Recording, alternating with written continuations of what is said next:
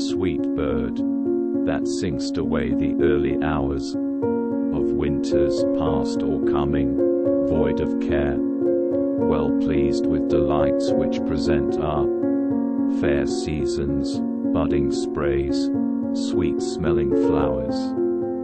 To rocks, to springs, to rills, from leafy bowers, thou thy Creator's goodness dost declare, and what dear gifts on thee he did not spare, a stain to human sense in sin that lowers. What soul can be so sick which by thy songs, attired in sweetness, sweetly is not driven, quite to forget earth's turmoils, spites, and wrongs, and lift a reverent eye and thought to heaven? Sweet artless songster, thou my mind dost raise to airs of spheres, yes, and to angels' lays.